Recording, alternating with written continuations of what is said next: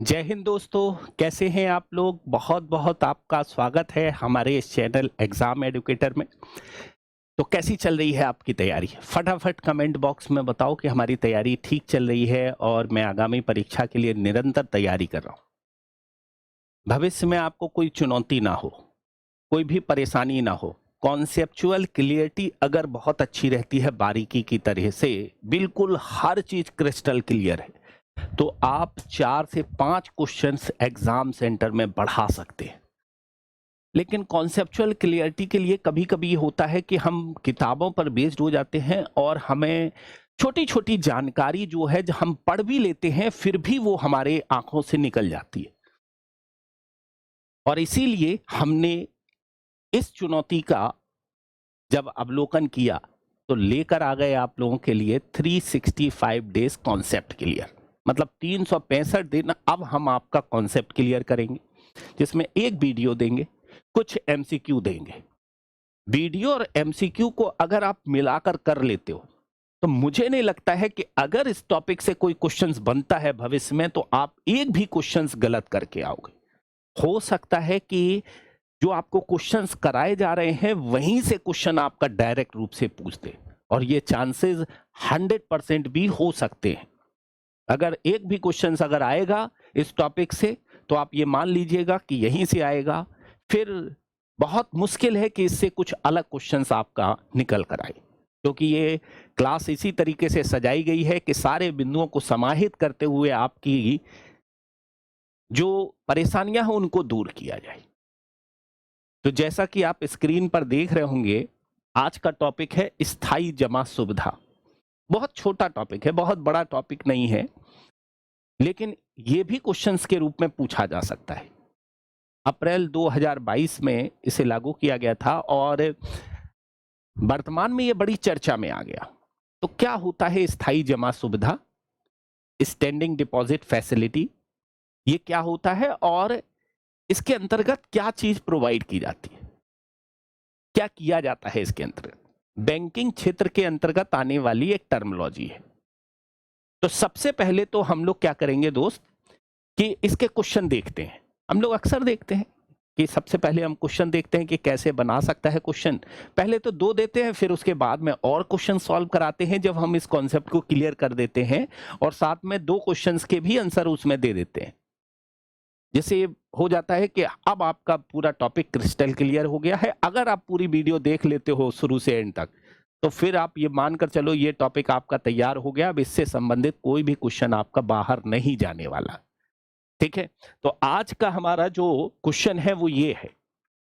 ठीक है? अगर आपको इसका आंसर पता है तो कमेंट बॉक्स में आप इसका आंसर दीजिएगा, हंसते हुए दीजिएगा, मुस्कुराते हुए बढ़िया तरीके से कि हाँ सर मुझे ये इसका आंसर पता है।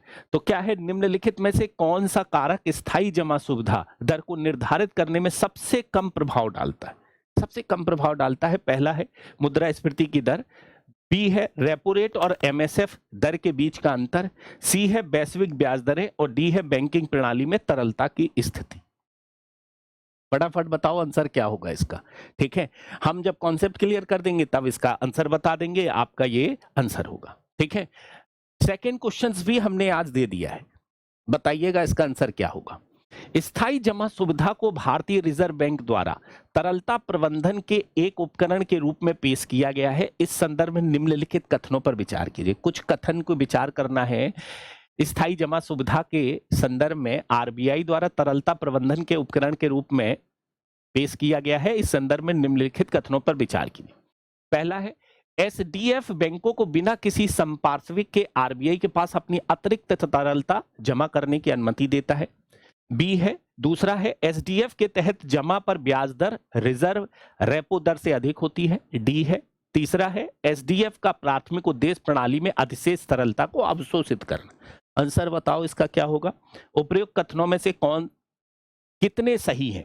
केवल एक सही है, केवल 2 सही है, केवल 3 सही है, कोई नहीं सही है? फटाफट बताओ। 2 सही है इसमें, 3 सही है, या 1 सही है, कोई नहीं सही है? फटाफट इसका आंसर बताइए। ठीक है, इनमें से 2 सही हो सकते हैं, 3 सही, जैसे यूपीएससी में क्वेश्चन पूछता है उसी तरह से मैंने ये क्वेश्चन बनाया है आप लोगों के लिए। तो जवाब अगर आपका आता है आपको तो हम ये मान लेंगे कि आपका ये टॉपिक कंप्लीट है।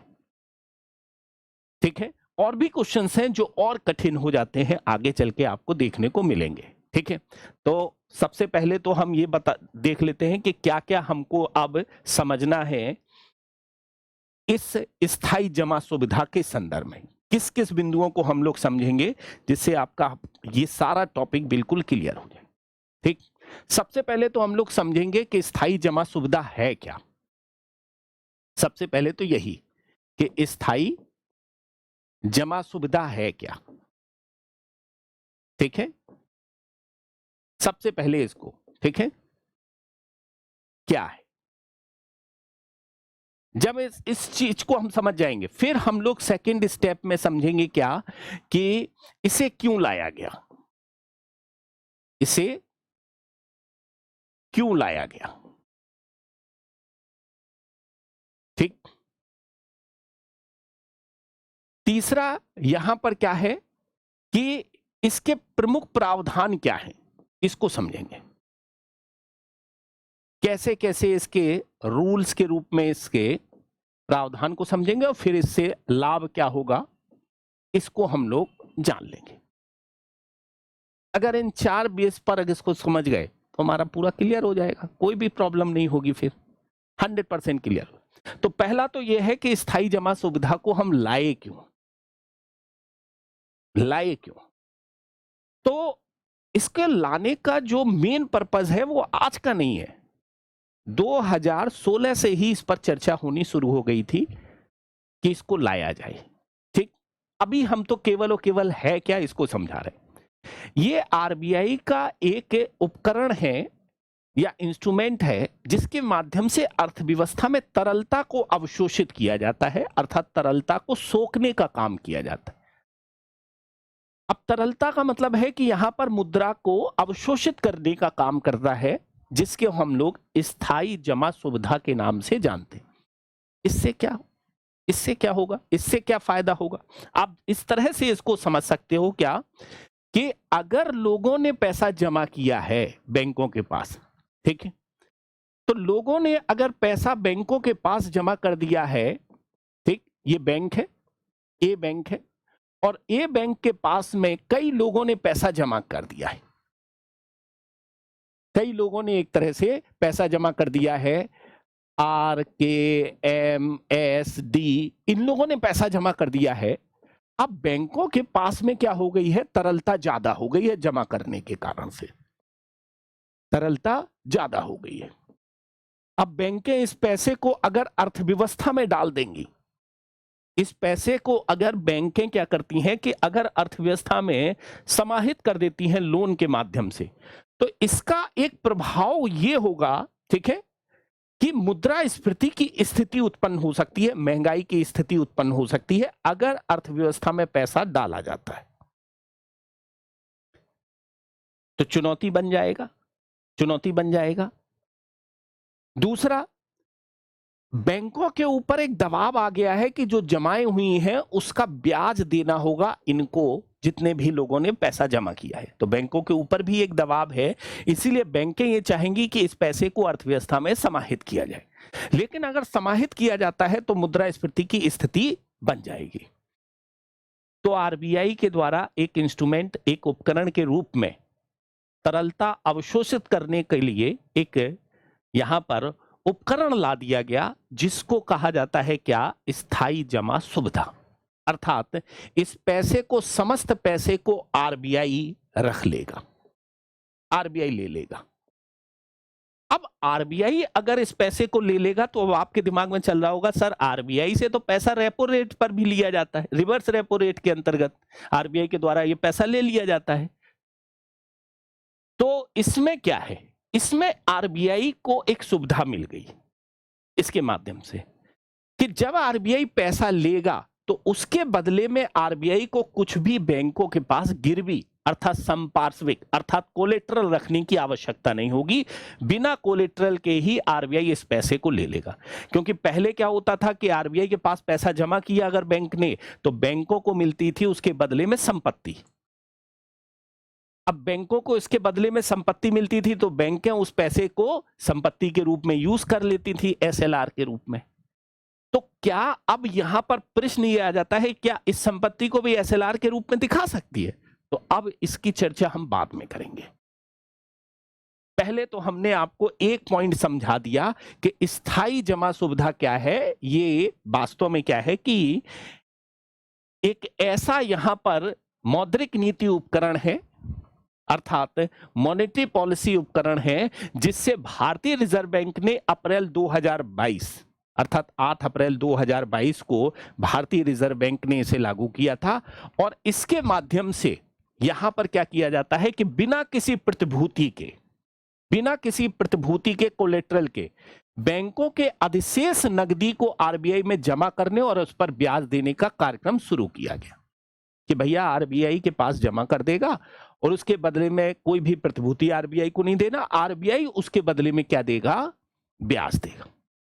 अब आरबीआई जब ब्याज देगा तो बाजार में नकदी की जो अधिकता है, जो अधिशेष है, वो उसे आरबीआई को सोकने करने की आवश्यकता एक तरह से पूरी कर देता है। अब मैंने कहा 2016 से बाद में चर्चा होनी शुरू हुई थी, लेकिन एक्चुअल में इसकी बात की गई थी 2014 में। उर्जित पटेल समिति ने स्थायी जमा सुविधा की सिफारिश की थी। इस पॉइंट को आपको दिमाग में रखना है, इस पॉइंट को आपको क्या करना है? दिमाग में रखना है वास्तव में। ठीक, अब आपके दिमाग में ये चल रहा होगा कि क्यों लाया गया, ये क्यों एकदम से चर्चा में आ गया, क्यों 2022 में इसकी बात उठने लगी। एक्चुअली में हुआ क्या कि कोविड के समय में, जब कोविड आया था, तो कोविड के समय में क्या हुआ था कि आपने देखा था कि बहुत ज्यादा पैसा अर्थव्यवस्था में बैंकों के पास जमा हो गया था। लोगों ने क्या किया था? अपने पैसे को बैंकों में जमा कर दिया था। ठीक, और जब एक तरह से बैंकों में यहां पर पैसा जमा हुआ, ठीक है, तो एक चुनौती ये भी थी। और दूसरा, जब नोटबंदी हुई थी तब भी पैसा यहां पर क्या हुआ था कि बहुत ज्यादा यहां पर क्या है कि पैसा आ गया था, क्योंकि कोविड में क्या हो रहा था? कोविड में सब चीज ऑनलाइन सिस्टम से चल रही थी। आपने देखा ही था, कोविड में तो सारी चीजें कैशलेस इकोनॉमी हो गई थी लगभग। कहीं कुछ कैश में मिल रहा था, सबके सब ऑनलाइन मंगा रहे थे, ऑनलाइन से ही परचेस कर रहे थे, ऑनलाइन से पेमेंट कर रहे थे, क्योंकि लोग टच नहीं कर रहे थे लोगों को। कोविड के समय में टच कर रहे थे? नहीं कर रहे थे भैया। बोले सब्जी वाला आया, बोले भैया हम ऑनलाइन पेमेंट कर रहे हैं आपका। तो बैंकों के पास में तरलता बढ़ती जा रही थी।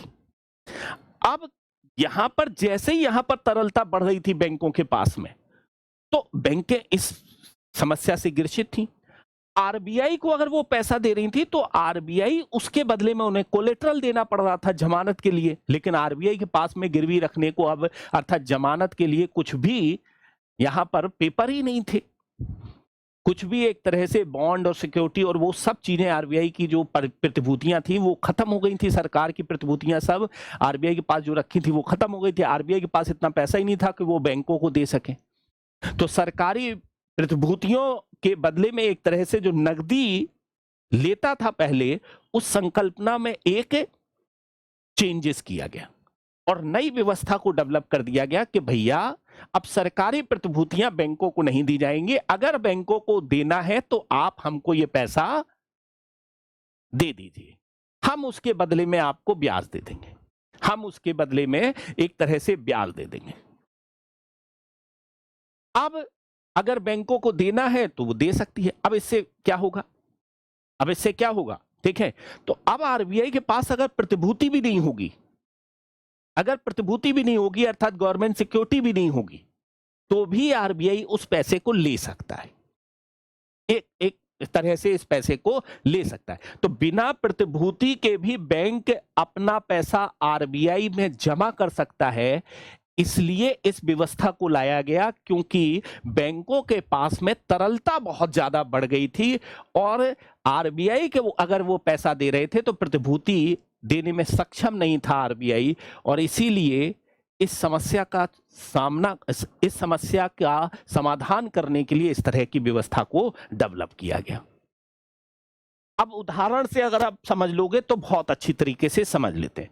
मान लीजिए एसबीआई के पास 10,000 करोड़ का अधिशेष नकदी है, उसे इस पैसे से कोई लाभ नहीं हो रहा और बाजार में नकदी ज्यादा होने से महंगाई बढ़ सकती है, इन्फ्लेशन आ सकता है। अब एसबीआई इस पैसे को एसडीएफ के अंतर्गत आरबीआई में जमा करता है और बदले में 6% ब्याज उसे मिलता है। इससे फायदा क्या होगा? एसबीआई को लाभ होता है क्योंकि वो अपनी अधिशेष नकदी से ब्याज कमा रहा है। और दूसरा, आरबीआई को क्या लाभ होता है? क्योंकि वो बिना प्रतिभूति के बाजार से नकदी खींच लेता है, महंगाई पर नियंत्रण कर लेता है। समझिएगा, दो कॉन्सेप्ट को बहुत अच्छी तरीके से समझ लेना है इसको कि भैया इससे हो क्या रहा है। इससे दोनों को फायदा हो रहा है, एसबीआई को भी फायदा हो गया, आरबीआई को भी फायदा हो गया। तो ये जो है नगद जमा करने की जो संकल्पना थी उसके अंतर्गत रिप्रेजेंट किया गया।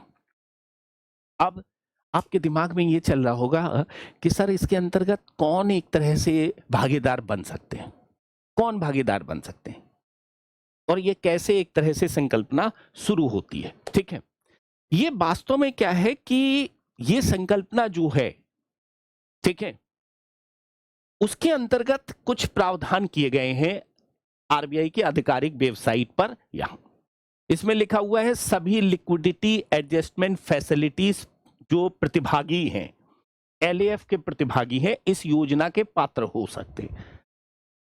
इस योजना के पात्र हो सकते हैं जो एलएएफ के प्रतिभागी हैं, ये इसमें साफ तौर पर लिखा है।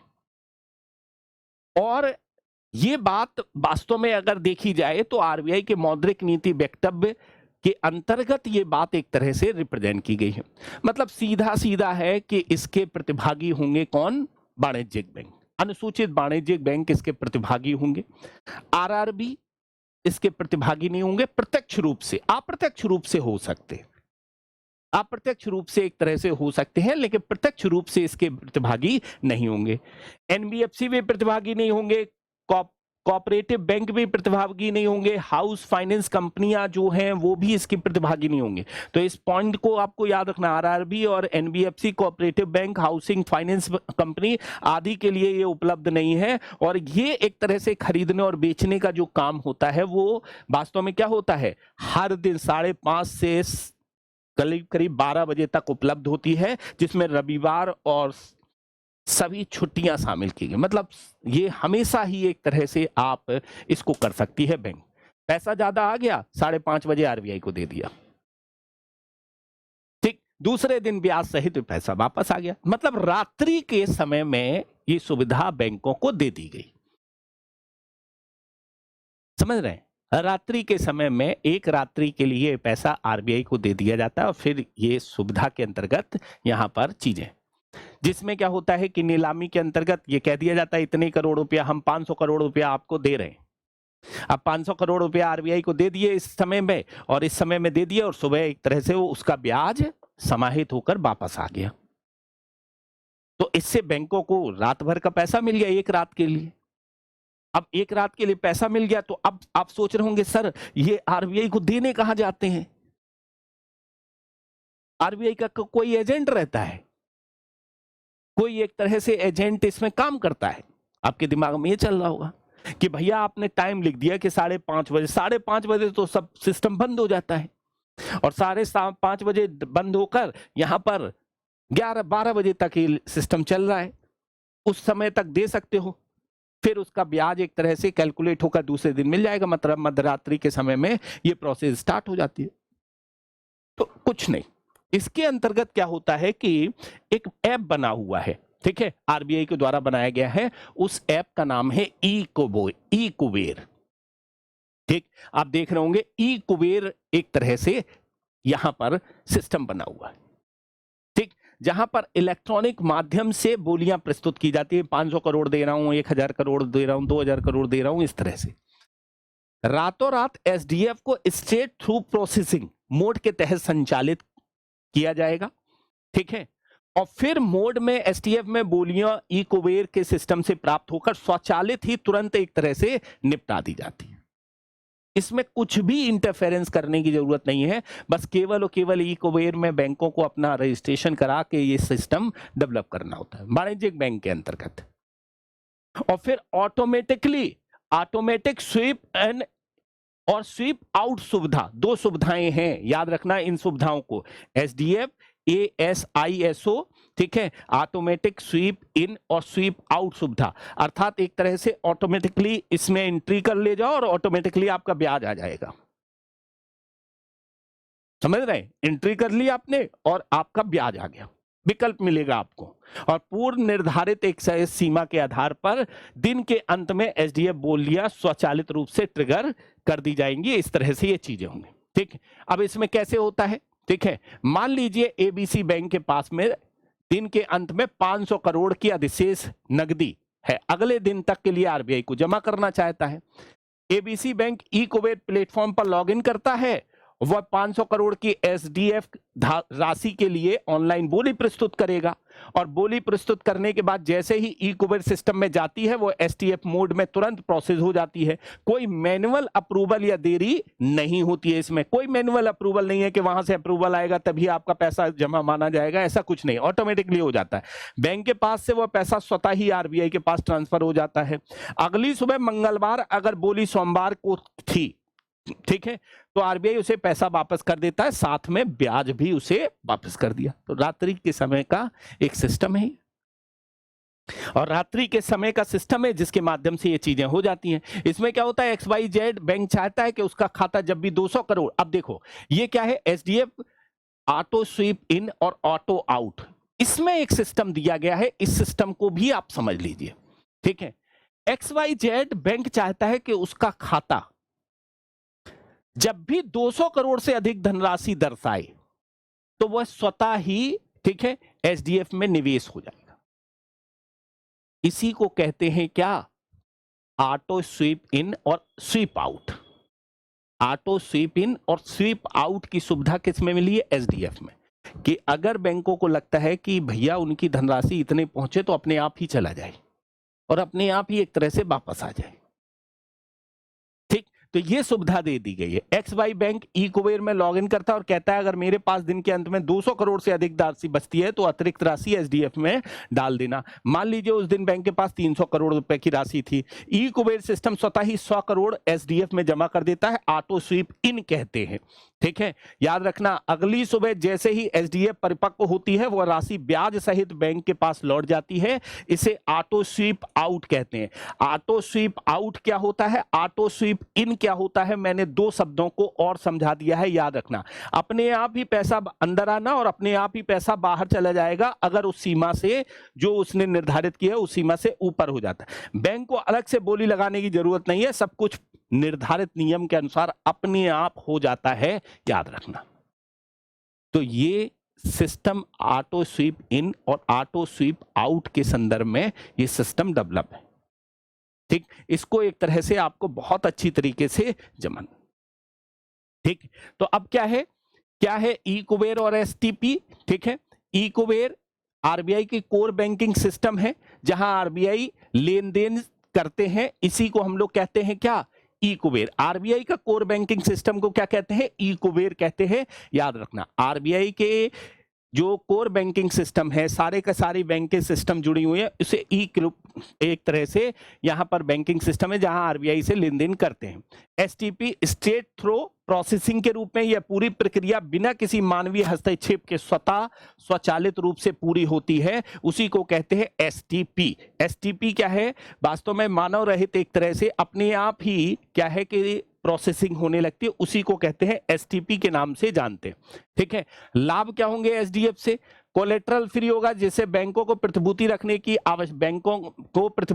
की आवश्यकता नहीं होगी आरबीआई को, और इससे सुविधा सरल हो जाती है। लचीलापन है, आरबीआई बिना सरकारी बॉन्ड के सीमा की चिंता किए नकदी सोख सकता है। मुद्रास्फीति पर नियंत्रण हो जाता है। नकारात्मक ब्याज दर से सुरक्षा होती है, जैसे यूरोप जैसे देशों में जहां ब्याज दरें नकारात्मक हो जाती है, एसडीएफ जैसे उपकरण से उपयोगी साबित हो जाती है यहां। और अल्पकालिक तरलता प्रबंधन का भी एक काम हो जाता है, ये शॉर्ट टर्म टूल है जो बाजार की स्थितियों के अनुसार इस्तेमाल किया जा सकता है, याद रखना। इस लाइन को भी, अल्पकालिक तरलता प्रबंधन का भी काम हो जाता है यहां पर, इस बात को आपको बहुत अच्छी तरीके से याद रखकर चलना है, ठीक है। लेकिन इसकी कुछ सीमाएं भी हैं, ऐसा नहीं है 100% एक तरह से सक्सेसफुल ही है, उसकी कुछ सीमाएं हैं, जैसे केवल बैंकिंग तंत्र तक ही सीमित है, एनबीएफसी को इसमें शामिल नहीं किया गया, ठीक है, लंबी अवधि के लिए उपयुक्त नहीं है क्योंकि अल्प अवधि के लिए है, अल्पकाल के एक समाधान प्रस्तुत किया गया है। ठीक है, तो ऐसी कंडीशंस में मौद्रिक स्थिरता के लिए अन्य उपकरणों की आवश्यकता पड़ जाती है। प्रोत्साहन की कमी है, एचडीएफसी की दर बहुत कम है, इसलिए बैंकें एक तरह से पैसा जमा करने से थोड़ा सा बचती हैं यहाँ पर। और आरबीआई पर एक संतुलित दबाव तो है ही। कैसे संतुलित दबाव है? बैलेंस शीट पर आरबीआई की दबाव पैदा कर देता है।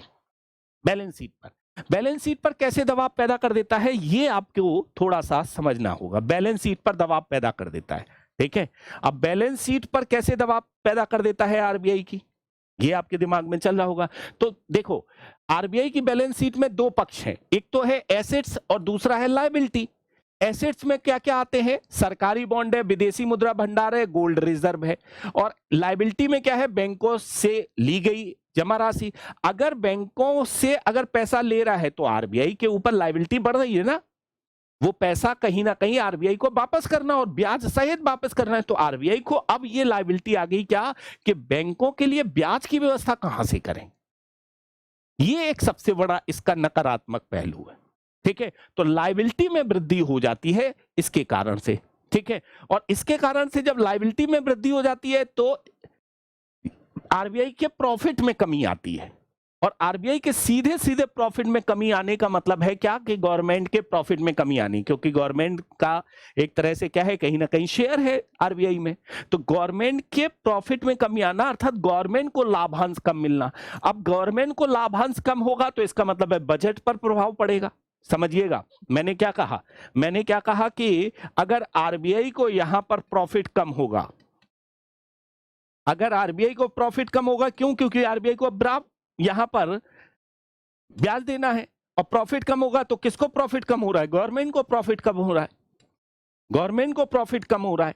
और अगर गवर्नमेंट को प्रॉफिट कम हो रहा है तो बजट पर इसका इफेक्ट एक तरह से प्रभाव दिखाई देगा, क्योंकि बजट पर लाभ नहीं दिखेगा, ज्यादा लाभ नहीं होगा तो घाटा बजट में भी हो सकता है दिखाई देने लगे, ठीक है। तो आरबीआई का ये प्रॉफिट सरकार की नीतियों में भी इफेक्ट डाल सकता है, सरकार को कम लाभांश मिलेगा। ये इसका एक निगेटिव इफेक्ट दिखाई देता है, वास्तव में ये इसका एक निगेटिव इफेक्ट दिखाई देता है, ठीक है। तो अब इसको एक तरह से आपने समझ लिया। यहां अब आपके दिमाग में ये चल रहा होगा क्या कि सर ये पैसा तो रिजर्व रेपो रेट के अंतर्गत भी आरबीआई को दिया जाता है, हमने ऐसा सुना है। सुना है, बिल्कुल ठीक सुना है। जैसे एचडीएफ में पैसा दिया जाता है, लेकिन रिवर्स रेपो रेट में क्या होता है? बिना एक कोलेट्रल के साथ होता है। रिवर्स रेपो रेट में कोलेट्रल के साथ होता है, जो भी लेन देन होगा कोलेट्रल के साथ होगा। लेकिन एचडीएफ में बिना कोलेट्रल का होगा, अर्थात बिना जमानत के पैसा रखने का और लेने देने का काम होगा। बिना जमानत के रखने का यहां पर लेन देन का काम।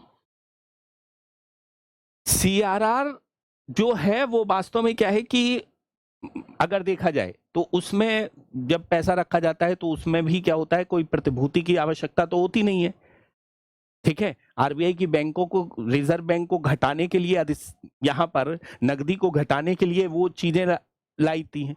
और सीआरआर में तो क्या होता है कि कोई ब्याज नहीं दिया जाता है, कोई ब्याज नहीं दिया जाता है, यहां पर आपने ये देखा होगा। तो इसीलिए यहां पर क्या होता है कि एचडीएफ प्रतिभूति की आवश्यकता नहीं है, अधिशेष नकदी रखता है। रिजर्व रेपो में है प्रतिभूति के, अधिशेष नकदी सोखने का काम करता है। रेपो के माध्यम से हाँ बैंकों की नकदी देना का मेन काम है। कैश रिजर्व रेशियो में भी प्रतिभूति की आवश्यकता नहीं होती है, बैंकों को नकदी घटाना है, ब्याज नहीं मिलता है सीआरआर में, ठीक है। अब एक सबसे बड़ी बात है यहां पर क्या कि प्रशासनिक पक्ष के रूप में अगर देखा जाए तो एचडीएफ को आरबीआई की लिक्विडिटी एडजस्टमेंट फैसिलिटी का हिस्सा नहीं माना जाता है। क्वेश्चन को बहुत अच्छी तरीके से दिमाग में रखना, एलएएफ का हिस्सा नहीं है एचडीएफ, एचडीएफ एलएएफ का हिस्सा नहीं है। लिक्विडिटी एडजस्टमेंट फैसिलिटीज का हिस्सा नहीं है।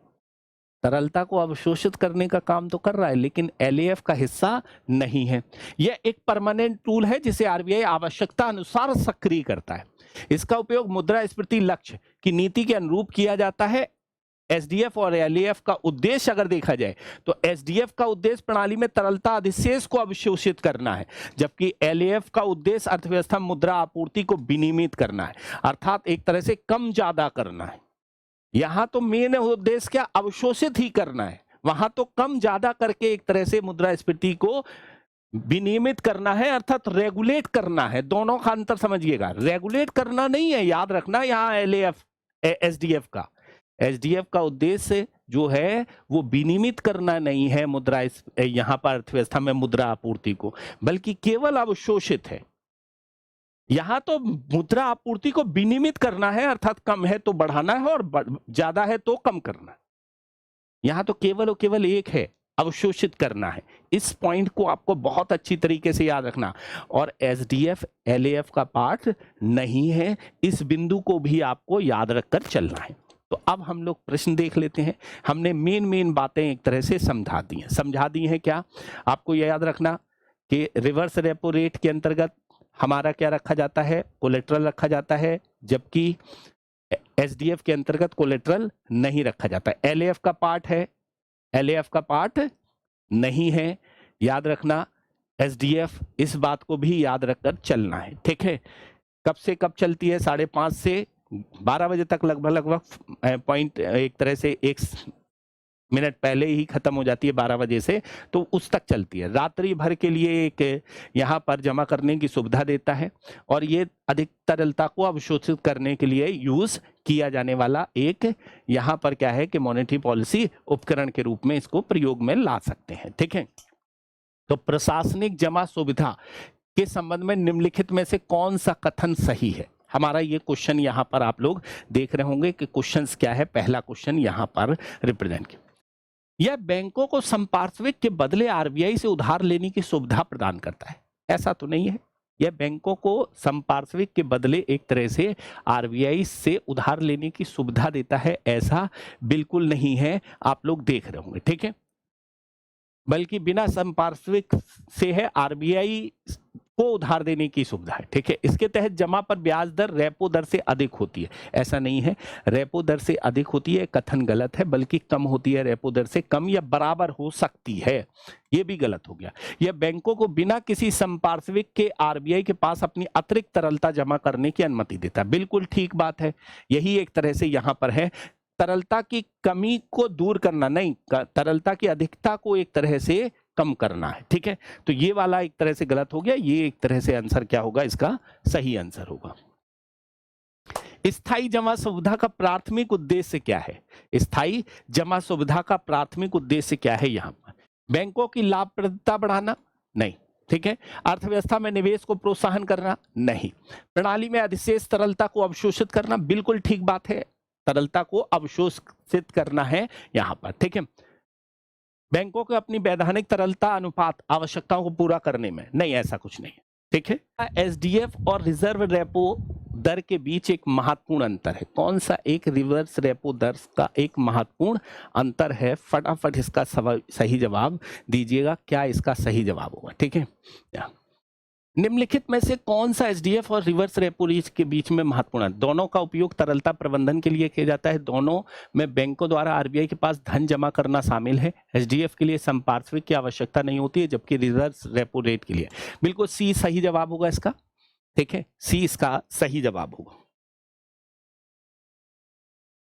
हाल के वर्षों में आरबीआई द्वारा तरलता प्रबंधन के लिए एसडीएफ पर अधिक जोर देने पर क्या कारण है? क्या कारण है एसडीएफ पर अधिक एक तरह से जोर दिया जा रहा है अभी हाल के वर्षों में? क्या कारण है? फटाफट एक तरह से जवाब दीजिएगा, ठीक है। बैंकों के पास संपार्श्विक की कमी है? नहीं। प्रणाली में स्थायी अधिशेष तरलता की स्थिति बन रही है, इसी कारण से आरबीआई इस पर ज्यादा जोर दे रहा है। आंसर क्या होगा? बी इसका सही जवाब होगा, ठीक है। सही उत्तर क्या होगा? बी।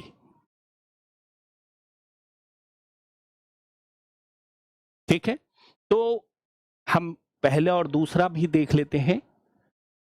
उन प्रश्नों पर भी हमने एक तरह से देखा था। निम्नलिखित में से कौन सा कारक स्थायी जमा सुविधा को निर्धारित करने में सबसे कम प्रभाव डालता है? सबसे कम प्रभाव डालता है वैश्विक ब्याज दरें, एक तरह से सबसे कम प्रभाव डालती हैं, याद रखना, ठीक है। और मुद्रास्फीति की दर, रेपो रेट और एमएसएफ के बीच का अंतर, और बैंकिंग प्रणाली में तरलता, ये सब चीजें निर्धारित करने में एक तरह से ज्यादा प्रभाव डालती हैं। इसीलिए इसका आंसर क्या होगा?